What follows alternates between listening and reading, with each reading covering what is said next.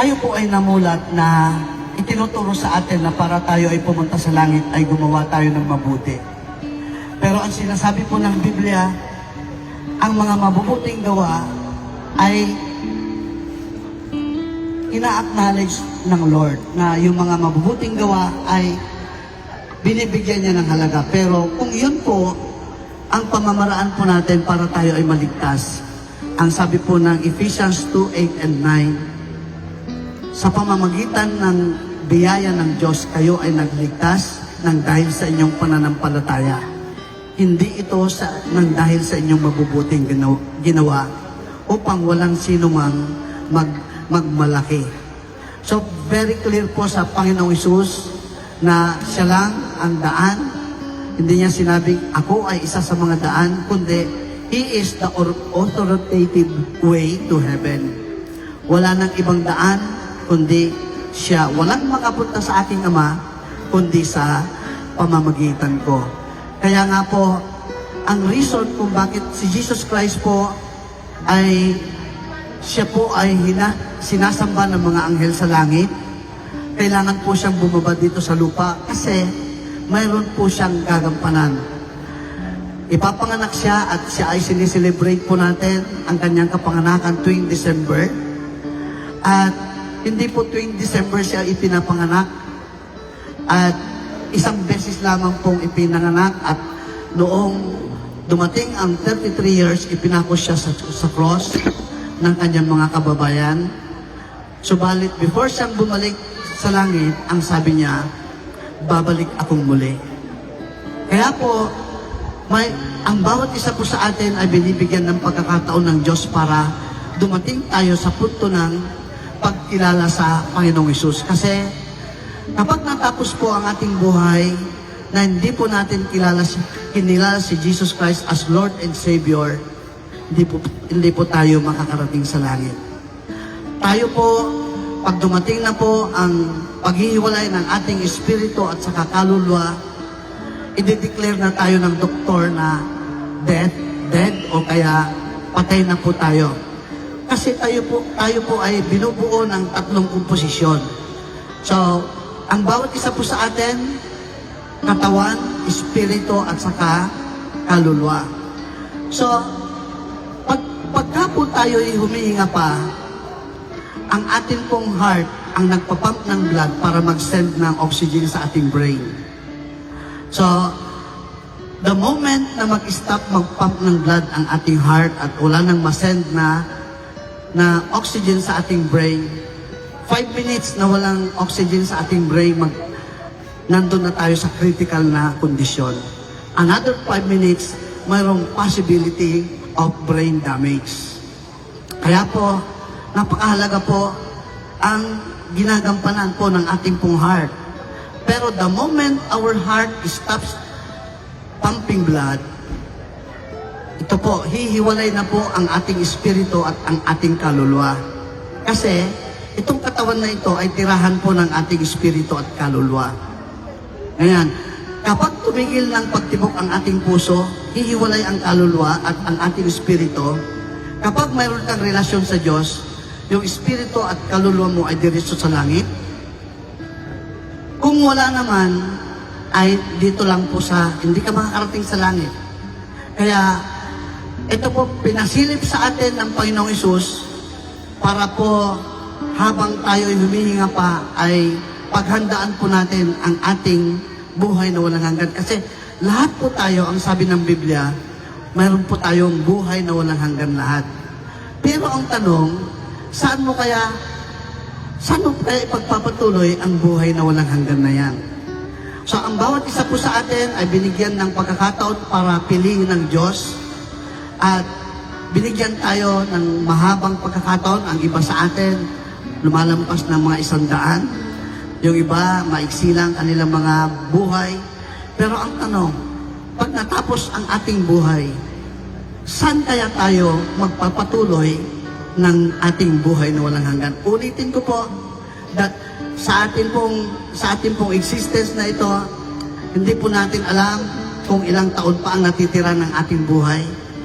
Yung natitirang taon na yun lamang ang pagkakataon para pwede mong piliin ang iyong destinasyon. So, ang lahat po ng mabubuhay na tao dito sa planeta natin, kinakailangan kilalanin ang Panginoong Hesus bilang Panginoon at tagapagligtas. Ang Panginoong Hesus, bago siya bumalik sa langit, kinuwento po niya ang kalagayan ng mga nauna nang namatay doon sa Old Testament. So, pinasilip po niya. Sa Luke chapter 16, 19 to 31, ang sabi po doon, may isang mayaman na nagdaramit ng mamahalin araw-araw at saganang-sagana sa pagkain. May isa namang pulubi na nagngangalang Lazaro, tagtad ang mga sugat, at dumarating yung mga aso, dinidilaan ng kanyang mga sugat, at nandun siya sa pintuan ng mayaman upang maghintay ng mga mahuhulog na mumo mula sa hapag ng mayaman.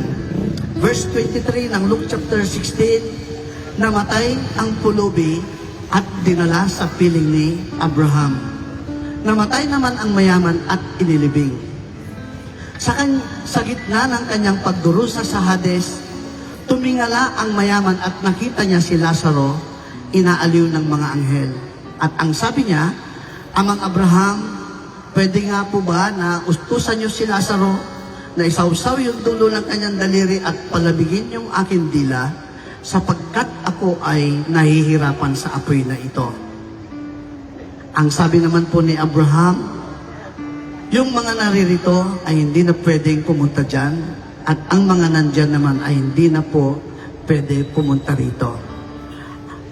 Sumagot si rich man, ang sabi niya, kung gayon po Amang Abraham, pwede po ba na utusan ninyo si Lazaro na pumunta sa bahay ng aking ama sapagkat mayroon pa akong 5 mga kapatid na lalaki, babalahan nila sila upang hindi sila humantong sa dakong ito ng pagdurusa. Ang sagot naman po ni Abraham, andun yung mga sinulat ni Moises, andun yung mga propeta, pakinggan nila iyon. Ang sagot ni Richman, hindi po sapat ang mga iyon. Subalit kung ay isang patay na nabuhay muli at magpunta sa bahay ng aking ama, sila ay maniniwala, sila ay sasampalataya. Ang sabi po ni Abraham, kahit na ang patay ay muling mabuhay, pupunta sa inyong bahay, hindi rin sila sasampalataya. So yan po ang pinasilip ng Panginoong Hesus sa atin patungkol sa mga natapos na ang kanilang mga buhay. Ano po ang makikita po nating katotohanan dito? Pagkatapos ng buhay, 2 lamang pong lugar ang pwede po nating puntahan. Namatay ang pulubi at dinala sa piling ni Abraham. During the Old Testament times, ang mga namamatay po ay mayroon pong lugar na pinupuntahan sila. Ang tawag po doon ay Hades. Ang Hades may 2 compartment. Ang upper compartment ay tinatawag din po yon na Abraham's bosom, na kung saan doon po dinala si Lazaro. Inaaliw siya ng mga anghel. Namatay ang pulubi, ay namatay ang mayaman at inilibing. So walang sumundo sa kanya ng mga anghel. So si Lazaro po, bago po siya namatay, ay kinilala niya ang Diyos bilang kanyang Panginoon at tagapagligtas. Subalit itong si rich man, natapos ang kanyang buhay na hindi niya kinilala ang Diyos. Kaya doon sa Old Testament times, yung mga namamatay doon muna sa parting Abraham's bosom. Yung mga walang kaligtasan, doon sila sa temporary place of torment. So ito po ang sabi po ni rich man, pwede po ba, Amang Abraham, utusan ninyo si Lazaro na isawsaw yung dulo ng kanyang daliri sa tubig at palamigin yung aking dila sapagkat ako ay nahihirapan sa apoy na ito.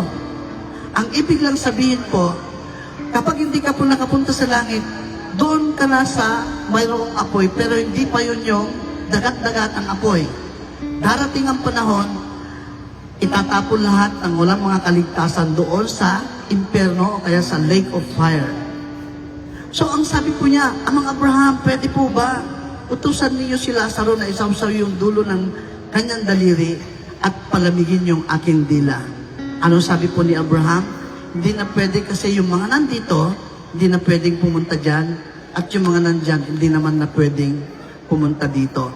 So ano po makikita po natin dito? Una, dalawa lang po ang pupuntahan natin pagkatapos ng ating buhay.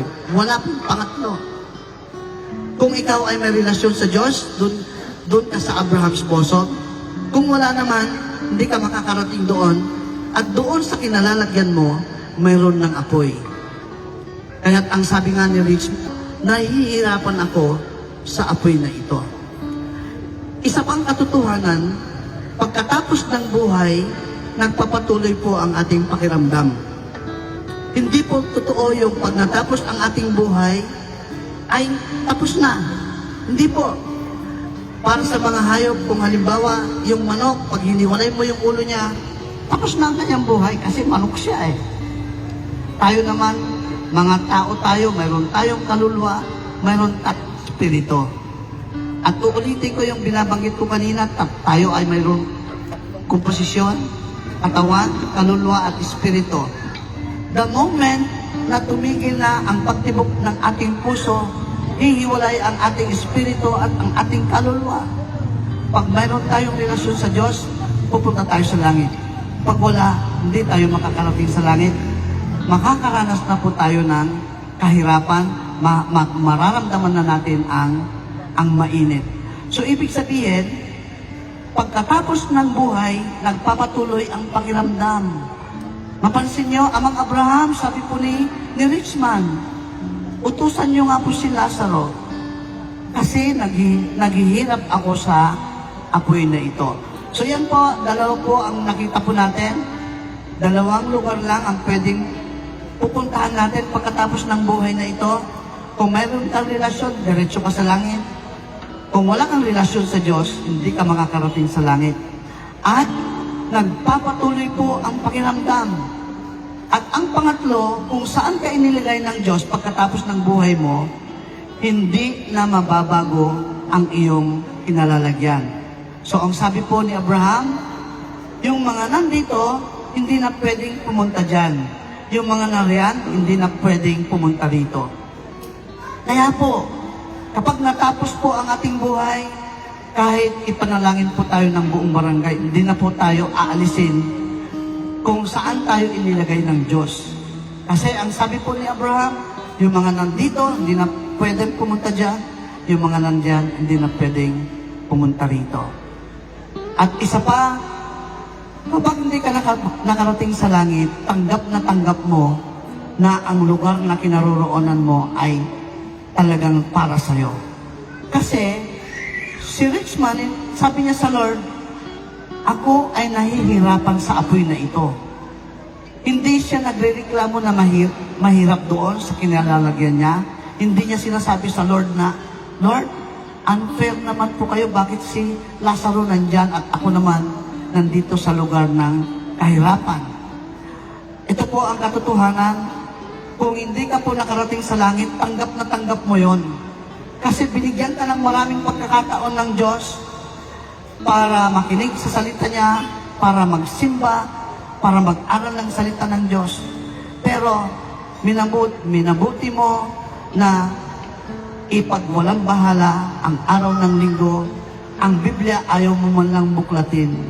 Kaya pagdating sa panahon na hindi ka nakarating sa langit, doon po sa lugar na kinaroroonan ni Richman, wala pong kasiyahan doon, wala kang request na mapagbibigyan, at puro pagsisisi lamang, magpakailanman. At nandun ka pa sa apoy, at hindi pa yon talaga ang dagat-dagatang apoy, at hindi pa yon ang tinatawag na hell or impyerno. Ang lugar na kinaroroonan ko ng mga hindi naligtas, hindi nakarating sa langit, lugar ng pagsisisi. Sasabihin mo sa inyong sarili, sayang, kamuntik na akong sumampalataya sa Panginoong Hesus. Sayang, ini-invite ako sa church. Sayang, ang dami-dami kong Bible sa aming bahay, hindi ko binabasa. Ito hindi ko natuloy. Hindi natuloy ako makaalis dito sa kinalalagyan ko.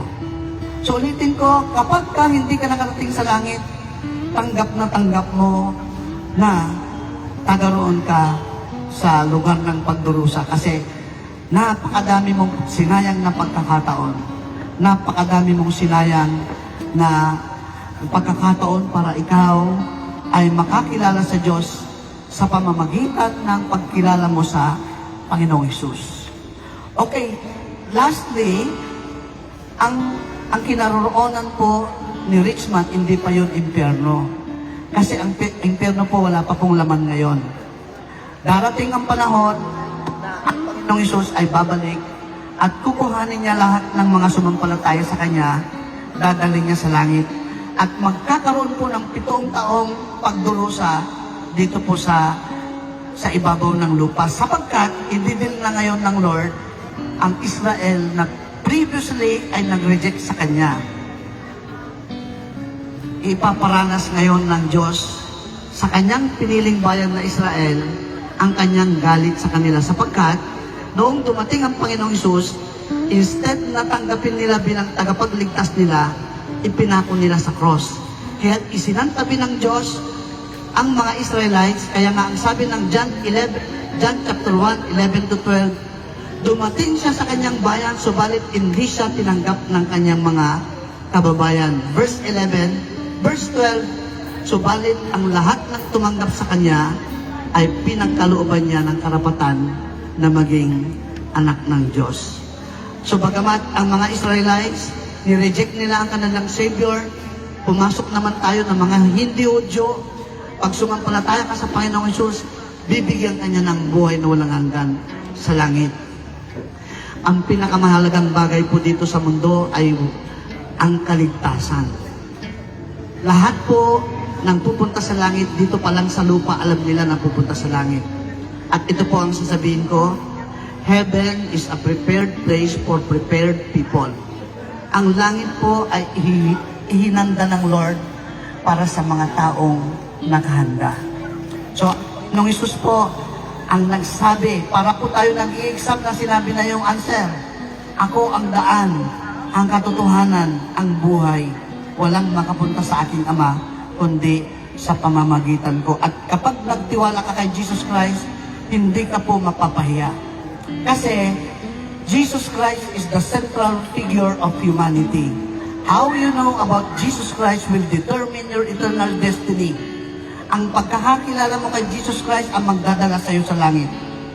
Kung para sa iyo si Jesus Christ ay tao lamang, hindi ka po makakarating sa langit. Kasi si Jesus Christ, siya lamang ang nangako na bibigyan kanya ng buhay na walang hanggan pag sumampalataya ka sa Kanya. Ang sabi ng Panginoong Hesus kay Martha, John 11:25, I am the resurrection and the life. He who believes in me shall have eternal life and will live even though they die. Sinasabi po ng Panginoong Hesus, ako ang buhay at muling pagkabuhay. Tanging ang Panginoong Hesus lamang ang ipinako sa cross, namatay. On the third day, He rose from the grave. Kaya, kanino ka pa? Lahat ng mga religious leaders sa mundo, namatay sila pero inilibing. Andun ang kanilang mga labi sa libingan. Pero ang ating Panginoong Hesus, before mamamatay siya, ang sabi niya, destroy this temple and I will build it in 3 days. Hindi po naintindihan ng mga Hudyo. Ang tagal itinayo, yung templong yan, ibabangon mo ng 3 days. Hindi nila naintindihan na ang sinasabi ng Panginoong Hesus, ipapako nila ako sa cross, mamamatay ako, and on the third day, I will rise from the grave. At yan po ang nangako sa atin ng buhay na walang hanggan. Sino pang pipiliin mo? Sino mang religious leader na kilala mo, namatay iyan, hindi na po yan nabuhay. Kaya kung halimbawa, ikaw ay naglalakbay, pagdating mo sa dulo ng daan, ay may pakaliwa at may pakanan. Kanino ka magtatanong? Kung ang nandoon, okay, halimbawa, mayroong pakaliwa, may pakanan, may tao doon. Ang tao nang nandito ay patay. Ang tao nandito buhay. Kanino ka magtatanong? Siyempre sa buhay. Sino ang mga religious leaders na kilala nyo namatay? Nabuhay ba sila? Tanging ang Panginoong Sus lamang. At ang nangako, I am the resurrection in the life. He who believes in me shall live. And he shall live even though they die. Do you believe this? Sabi niya kay Martha, pinaniniwalaan niyo ba ito? And if you believe, then you will have eternal life. So mga kapatid, ito po ang hamon sa atin ng Lord. Wala po sa atin ang nakakaalam kung hanggang kailan ang ating buhay. So sabi po ni Solomon, marunong daw yung mga tao na nagpupunta sa lamayan kaysa piyestahan. Sabi po doon sa Ecclesiastes chapter 7 verse 2, marunong ang isang tao na pumupunta sa lamayan kaysa yung pumupunta sa piyestahan. Kasi nakikita mo na isang araw, ikaw din ang hihiga doon sa ganyang higaan. Ibig sabihin, darating din ang panahon, matatapos din ang iyong buhay. At nare-remind tayo, especially, ito po, we are so grateful. Nagpapasalamat kami sa family ng Oranza kasi binigyan po tayo ng pagkakataon na maibahagi po natin ang salita ng Diyos. And the Lord honors. Natutuwa po ang Diyos sa decision niyo po na ito po yung pangalawang service po natin dito. Ang mga kabarangay po natin, ang mga visitors natin, nakapakinig ng salita ng Diyos. It may be na wala kang panahon sa pagkikinig ng salita ng Diyos, pero today, it is fresh from the Bible. Sinasabi kung paano tayo maligtas.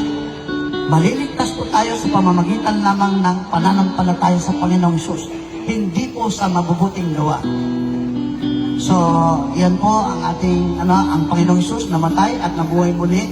Kapag pinagkatiwala mo ang iyong buhay sa Kanya, bibigyan ka rin ng buhay na walang hanggan. Kaya po, magwakas po ako sa isang kwento.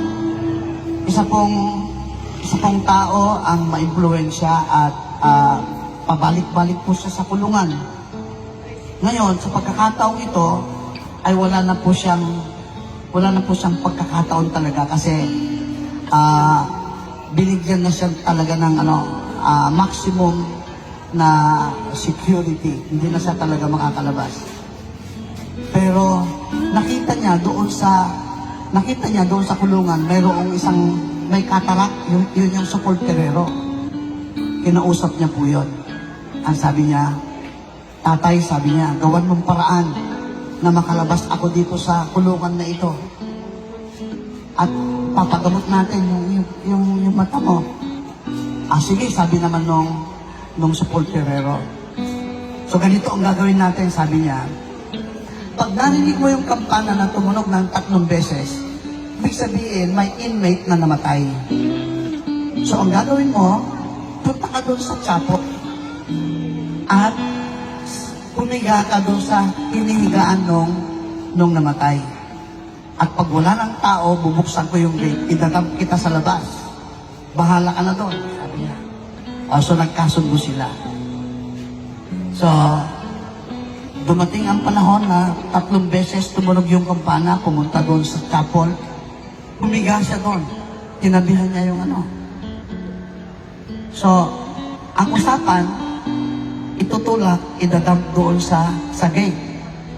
Lumipas po ang 1 oras, wala. 1 buong maghapon at buong magdamag, wala. Pinawisan na siya ng malamig. Nakapa niya doon sa tabi niya, may pusporo. Bakit wala pa yung aking kausap? Sabi niya. So, noong sinindihan po niya yung pusporo, yung palang kausap niyang supulturero yung namatay. So, nakita po ninyo yon. Kapag nagtiwala ka sa sabihin na natin, hindi sa Panginoong Hesus, mapapahiya ka. Kasi ang tanging Panginoong Hesus lamang ang makakapagbigay sa atin ng buhay na walang hanggan sa langit. At ito po ang pinakamahalagang desisyon na dapat gawin ng bawat isa po sa atin. Yung dumating tayo sa punto na ako po, Panginoon, ako po ay makasalanan, humihingi po ako ng tawad sa inyo at Panginoong Hesus, iniimbitahan ko po kayo sa aking puso. Be my Lord and be my Savior. Yan po yung sinner's prayer. So, bago po ako magtapos sa panalangin, ang sabi ng Biblia, today is the day of salvation. Kapag ikaw ay naramdaman mo ang pagkatok ng Diyos sa iyong puso, huwag mo nang patagalin. Buksan mo ang iyong puso at imbitahan mo ang Panginoong Hesus. Kasi ang sabi ng Panginoong Hesus, unless a man be born again, he cannot see the kingdom of God. Yung iba, tinatawanan po yung salitang born again, pero lahat po tayo, ang sabi ng Panginoong Hesus, unless a man be born again, he cannot see the kingdom of God. Bakit kailangan tayong ma-born again? Kasi po, dumating po tayo sa mundong ito, patay ang ating espiritu. Maalala nyo kanina, kaluluwa at espiritu, ito yung katawan. Itong tatlong ito, ang hindi mamamatay ay kaluluwa. So, the soul is the part of man that never dies. Namatay ang espiritu nung nagkasala si Adan at saka si Eva sa Garden of Eden. At ang lahat, ang sabi ng Bible ay nagkasala, for all have sinned and fall short of the glory of God. Pamula, nung nagkasala si Adan at saka si Eva, ang kanilang mga kasalanan ay naisalin sa bawat ipapanganak dito. At ang sabi ng Panginoong Hesus, lahat ng mabubuhay dito sa mundong ito, ang nilalakaran ay papuntang impyerno yan. Ang sabi ng Panginoong Hesus sa Matthew 7:13-14, may isang daang maluwag at maraming makakasumpong doon at ang dulo nun ay kamatayan. Mayroon naman isang daan na masikip at ang dulo nun ay buhay na walang hanggan, subalit kukunti ang nagpupunta doon. So lahat po tayo, nung dumating po tayo sa mundong ito, dumadaan po tayo doon sa maluwag na daan, at pag nakilala na natin ang Panginoong Hesus, dadaan na tayo doon sa makipot na daan patungo sa buhay na walang hanggan. Kasi, ito po, namana po natin yung kasalanan ni Adan at saka si Eva, at yun ang naghahadlang sa atin para makapasok sa langit. Kaya, paano mabubuhay ang ating patay na espiritu? Ang sabi ng Panginoong Hesus, unless a man be born again, he cannot see the kingdom of God. Ang born again, hindi po siya religion, kundi na ibabalik yung nasirang relasyon sa Diyos sa pamamagitan ng pananampalataya sa Panginoong Hesus. So, believe in the Lord Jesus Christ and you and your household shall be saved. Sabi po ni Paul at saka si Silas doon po sa Philippian jailer. So ito po, lahat po tayo dapat ma-born again, sabi po ng Panginoong Hesus. Dapat mabuhay ang patay po nating espiritu. Mangyayari lamang po yun kapag ginawa po natin itong simpleng pamamaraan na ito. Kilalanin si Jesus Christ as Lord and Savior, humingi ng tawad, at imbitahan siya sa inyong puso. So, okay, pwede po ba pumikit po tayo?